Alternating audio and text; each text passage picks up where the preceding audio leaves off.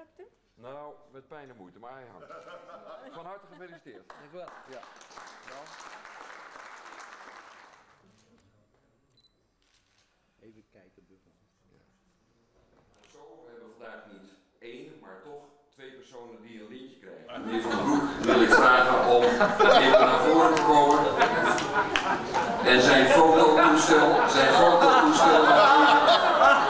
even in te leveren bij mijn secretaresse.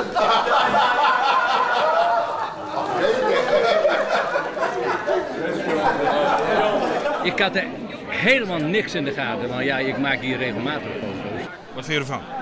Nou, eigenlijk heel aangenaam verrast. Mijn partner die zei nog wel van, nou denk erom, het is wel lintjesregen, je moet in elk geval wel een beetje netjes naar het gemeentehuis, van die mensen zijn nog allemaal netjes. Dus win je misschien een kwarte broek om of zo? Nou, nee. Ik ben ook oud-voorlichter van de gemeente hier geweest. En dan zeg je van, je moet altijd wel even netjes naar zulke gelegenheden. Dus je moet je ook even aanpassen. Misschien bedoeld om burgemeester te worden. Kan je op zich verzinnen, of wethouder zeggen, ja, je bent al die tijd in de politiek bezig geweest, omdat je dat streven had. Nou, dat is al... Het was alleen bij mij even een klein beetje hectisch, want mijn decoratie en mijn oorkonde, die was weg. Waar heb je hem gevonden nu eigenlijk nog? Nou, die hebben ze ergens gevonden in Den Haag. En ze zeggen dat dit niet de originele is.